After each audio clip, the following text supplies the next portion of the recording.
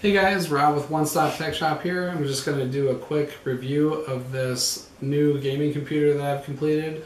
I hate to call it a budget computer because the only thing that's low quality about it is the price. The components in here are fantastic, especially considering what you're getting for the price. This is just an excellent value PC if you're looking for a custom build. And honestly, the reason I do custom builds is because for the value is just unbeatable. You just cannot get this quality, these high quality of components into one build and buy them anywhere else for a better price. Not only that, but you have more upgrade options with this computer than you're going to have with something you get at a retail store or other custom builders. So I really believe in the products that I put together, and for good reason, because they are of the highest quality and you will get the best value when you buy from me. So anyway, as you can see on this build, I'm just going to dive in. The front has two USB ports for easy access. You're going to have a DVD burner that's going to allow you to burn CDs and DVDs and import CDs and DVDs to your computer. You have the audio and mic jacks on the front, and then it's just a real sleek glossed finish. So I love the video reviews because you get to see a really clear picture of the exact product that you're buying, as you can see. So on the back you can see there's going to be 6 more USB connections, including 2 high-speed 3.0 connections, and there's some audio outputs. There is a VGA and DVI output attached to the motherboard, but that's not going to be necessary when you have a dedicated graphics card below. And then you're going to have 2 old school mouse and keyboard inputs. If you don't have a more recent keyboard or mouse, then you might need those connections. Otherwise, the more current mice and keyboards are USB, and you got plenty of USB connections on this build. One of the highlights of this build is the graphics card, which is an MSI 7790 graphics card. It's a very high performance 1GB DDR5 graphics card. It's going to provide really good performance on all of the latest games. You will probably be able to play all of the highest settings on almost all games at 1920 by 1080 resolution.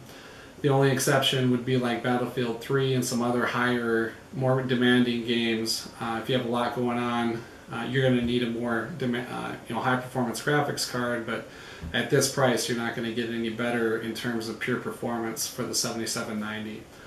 And then the other nice feature of this graphics card is that there are 2 dual-link DVI connections.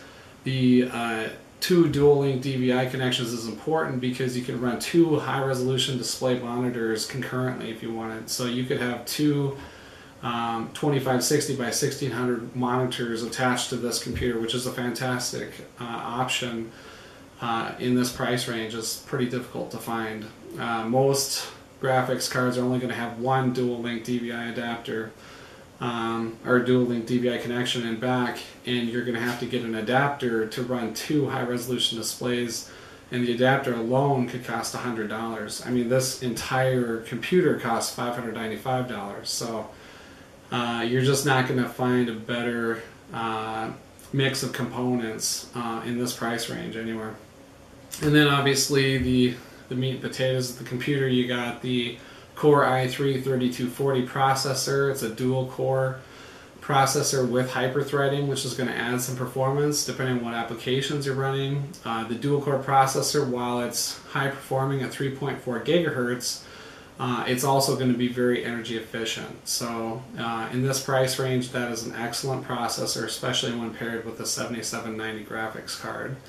And then you have 2 4GB sticks for a total of 8 GB of DDR3 dual channel memory. at 1600 megahertz, which is very fast speed. 8 gigabytes of memory is going to be more than enough to run all of the recent games and applications. In fact, most computer programs don't even use more than 6. So 8 is a very nice number now and for years to come. And then the storage drive is a 1 terabyte 7200 RPM storage drive. I have Windows 7 installed, but if you want Windows 8.1, I can easily just add that for no charge. It's just a matter of personal preference. Some people like 8.1 because it's more visually, aesthetically pleasing. It is nice. It definitely looks nicer, but there are more challenges in usability, and they are still working out the bugs, trying to make sure drivers are compatible and new software and programs and applications run correctly. So if you want something that's stable and established, I'd go with Windows 7.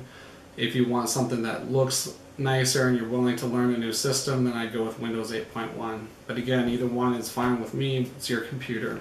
And then the only other thing to add would be that this motherboard does allow for a solid-state drive, a SATA 3 solid-state drive, which is the fastest data transfer speeds available for storage solutions right now.